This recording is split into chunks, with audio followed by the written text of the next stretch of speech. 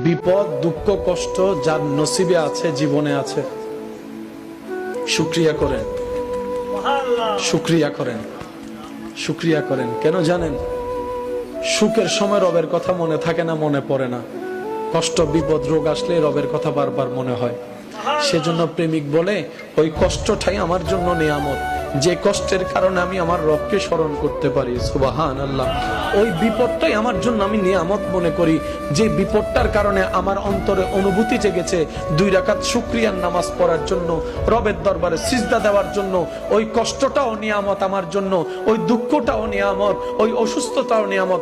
কারণ এই বিপদগুলার কারণে আমার দিল রবের স্মরণে মগ্ন হয়ে আছে। সুবহানাল্লাহ।